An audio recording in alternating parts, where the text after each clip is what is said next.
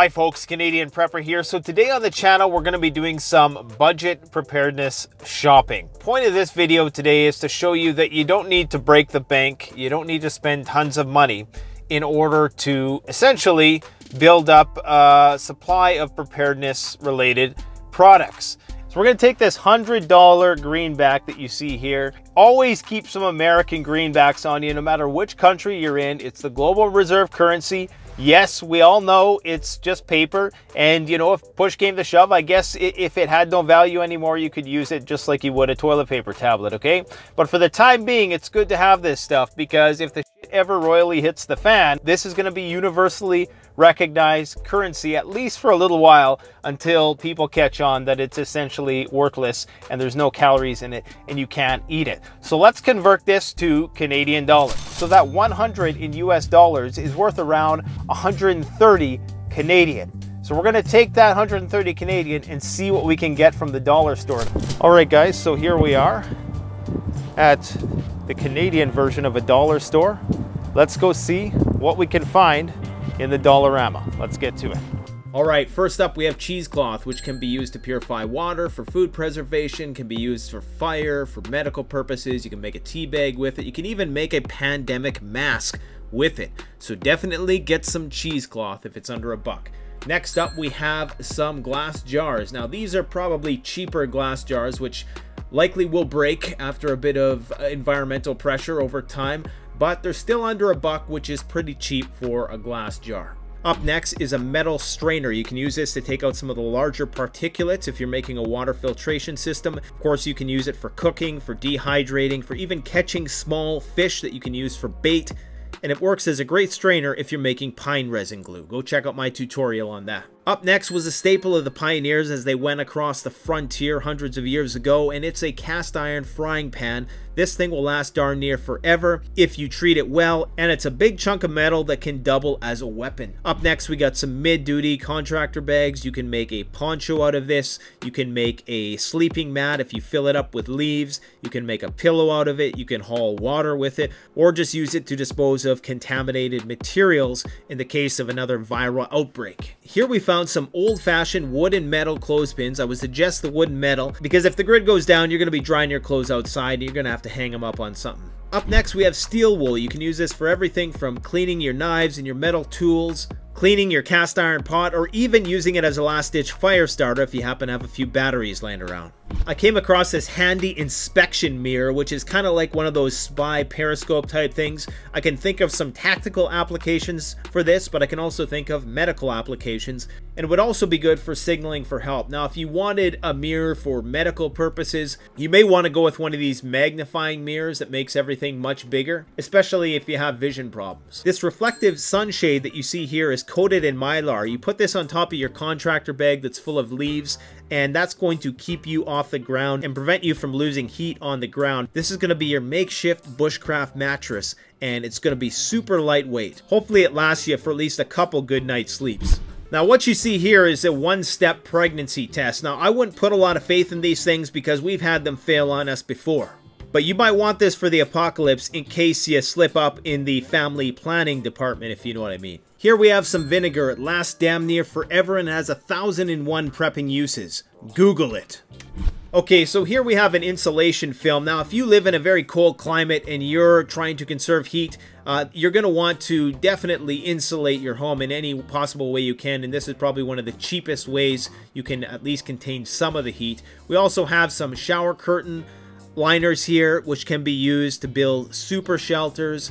Among other things, we have some space-saving storage bags. Those can be used for packing away your items in a bug-out bag. Some shrink-packed travel bags that serve the same purpose. You can also use these plastic drop sheets in order to make super shelters. I'll post a link to that in the description. Now here we have some dedicated rain ponchos if you wanted to go a step above your garbage bags. I would probably opt for a clear one if you can find it, just because the clear is going to have a variety of other uses.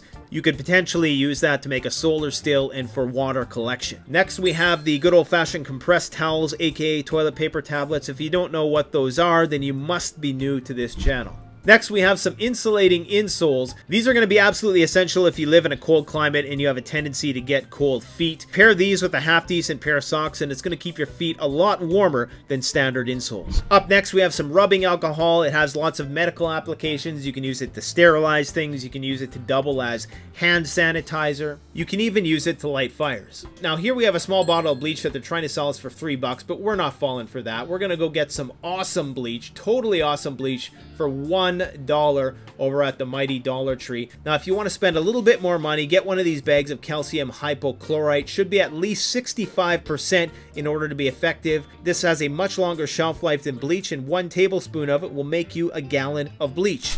Alright, so here we have some lip chap for chapped skin. Now, I'd strongly advise you, if you find it at a dollar store, just get yourself some petroleum jelly instead. Vaseline will have the same effect, but you can use it for a lot more things. Now, here we got some zip ties, just in case you need to string somebody up.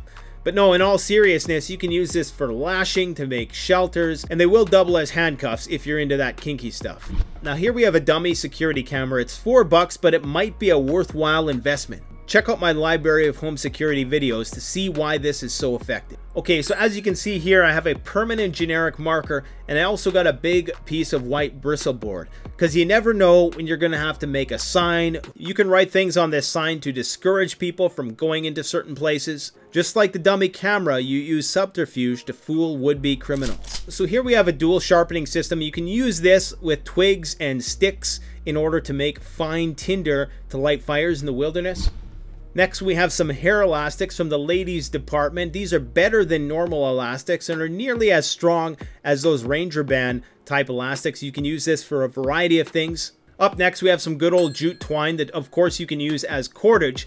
But if you take some of the candles that you see here, and you're definitely going to want to get candles, that's going to be absolutely essential, and you melt down some wax and you dip one of those rolls of jute twine in it, that's going to be an absolutely excellent long-term fire starter, and you can even use the jute twine itself as a wick to make candles. Up next are nails. Always carry nails in your bug-out bag. There's 1,001 uses for a nail in a survival situation. Here we have some wire that you can use to make snares, a trip wire or perimeter alarm system. Here we have a nice little cheap pry bar for $1.25, can't beat that. Here we have some reflective safety tape. Obviously you can use this for a lot of things in an emergency situation, and accompanying that for another $1.25, we're going to pick up this really cheap high-vis vest. If you ever needed to help people out in a disaster, you're going to look a lot more official wearing this. Here we have some mesh laundry bags, not only for laundry, but you can also carry food with it. And in addition to that, you could use it to make a fishing net. Up next, we have the almighty baking soda. This is a great all-around hygiene tool. You can use it like you would toothpaste, as soap, as deodorant. You can use it to clean things, to prevent odors. You can even use it for medical purposes, like as an antacid or even treating minor burns. Now here you see an old-fashioned oven mitt, but I would recommend that if you can, get the silicone oven mitt, the bigger one than what you see here. They come in really handy when you're cooking around a campfire and you don't want to burn your hands. Cheap $1 can opener is going to make your life a whole lot easier. We're going to pass on this hand sanitizer because they're trying to charge us $3 a bottle, and we just ain't having that. And also, they're trying to charge us $4 for one frickin' mask. Can you believe that? We're gonna pass on that too. Let's forget about. Oh, here we go. Dollar Tree, $1. There you go. Bada boom, bada bing. Okay, so the urban prepper had this idea back in the day that if you want to hide your prepping supplies in your vehicle, that you should store them in a kid's backpack, because no criminal is going to be looking in a kid's backpack. Excellent thinking. Here we have a handy old bucket. Costs us $3, but these are actually pretty sturdy, so I'm going to make the investment and pull the trigger on this for $3.50. Up next, we have the almighty salt, and if you're far from the oceans in a Mad Max world, then indeed this may well be the new currency. Here they're going to try to sell us some luncheon meat for $1.50. I think we're just going to pass on this and we're going to stick with the tuna instead. They sell a variety of canned foods at the dollar store. I'd recommend that you go check out my recent video, The True Shelf Life of Food, if you want to get a better sense of how long this stuff is actually going to last. Don't forget about your soap, because you got to stay clean in the apocalypse. We're going to pass up on the multivitamins and some of the medications that they have here, because I find, at least at this Dollarama store, they were really expensive and overpriced, as is a lot of stuff there. I would stick with the Dollar Tree if I was you personally. When you get into the gauzes and the medical tapes and the Q-tips and things like that, you might find some better deals here and there, but you definitely should shop around for this stuff because this can get pretty pricey.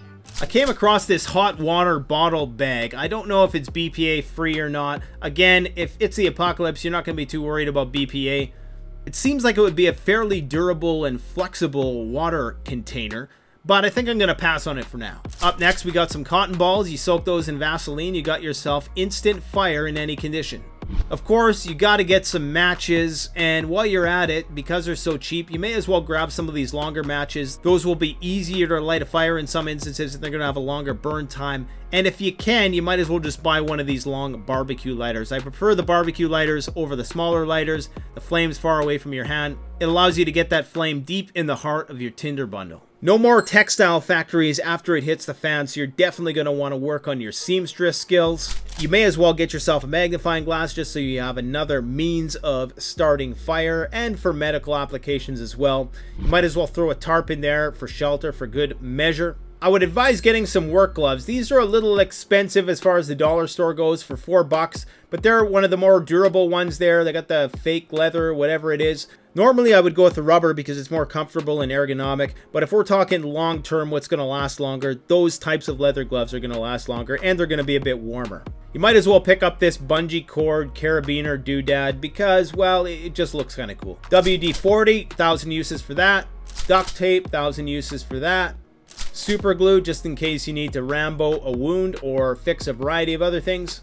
Here we have this utility light, and I actually have a couple of these, and they actually work pretty good, so long as you have batteries. If you can get rechargeable batteries, hopefully you have a solar power system to recharge it. But if you're on a dollar store budget, then this will suffice for now. Now, if water is going to be in short supply, and you're really only prepping for a short-term emergency situation, then you may want to consider some disposable plates and utensils. It's just going to make your life a whole lot easier if you don't have to clean the dishes all the time. Up next, we have some glow sticks for the end of civilization party, but in all seriousness, these will work great for signaling and even some minor illumination. I was very surprised by this. This is a cooking fuel, methanol gel chafing fuel, and for $1, I grabbed a few of these because this is just a great deal in my opinion.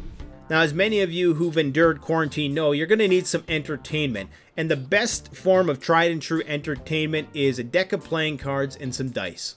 Countless uses for safety pins, some body cleansing wipes because you may not have the luxury of a shower. And I've had to use these to give myself a shower before when I was going through hard times. And let me tell you, they work. Some heat packs to keep your hands warm when you're chopping wood outside.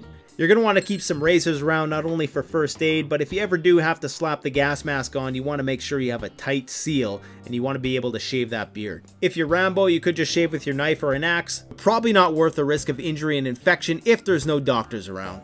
Up next, we have some bandanas if you want to be a post-apocalyptic bandit, or if you just want to mask up to limit the spread, or even use as a pre-filter to pre-filter water, wash your dishes, keep yourself clean, all that great stuff. Here we have a sponge because why not? Now, these chamois towels are very lightweight and very absorbent and are going to do the work of a beach towel, which is going to be too heavy to lug around. Now, I don't know exactly what these are made of. It's probably going to give you some kind of an itch, but that's going to be the last of your problems if we're in the end of days.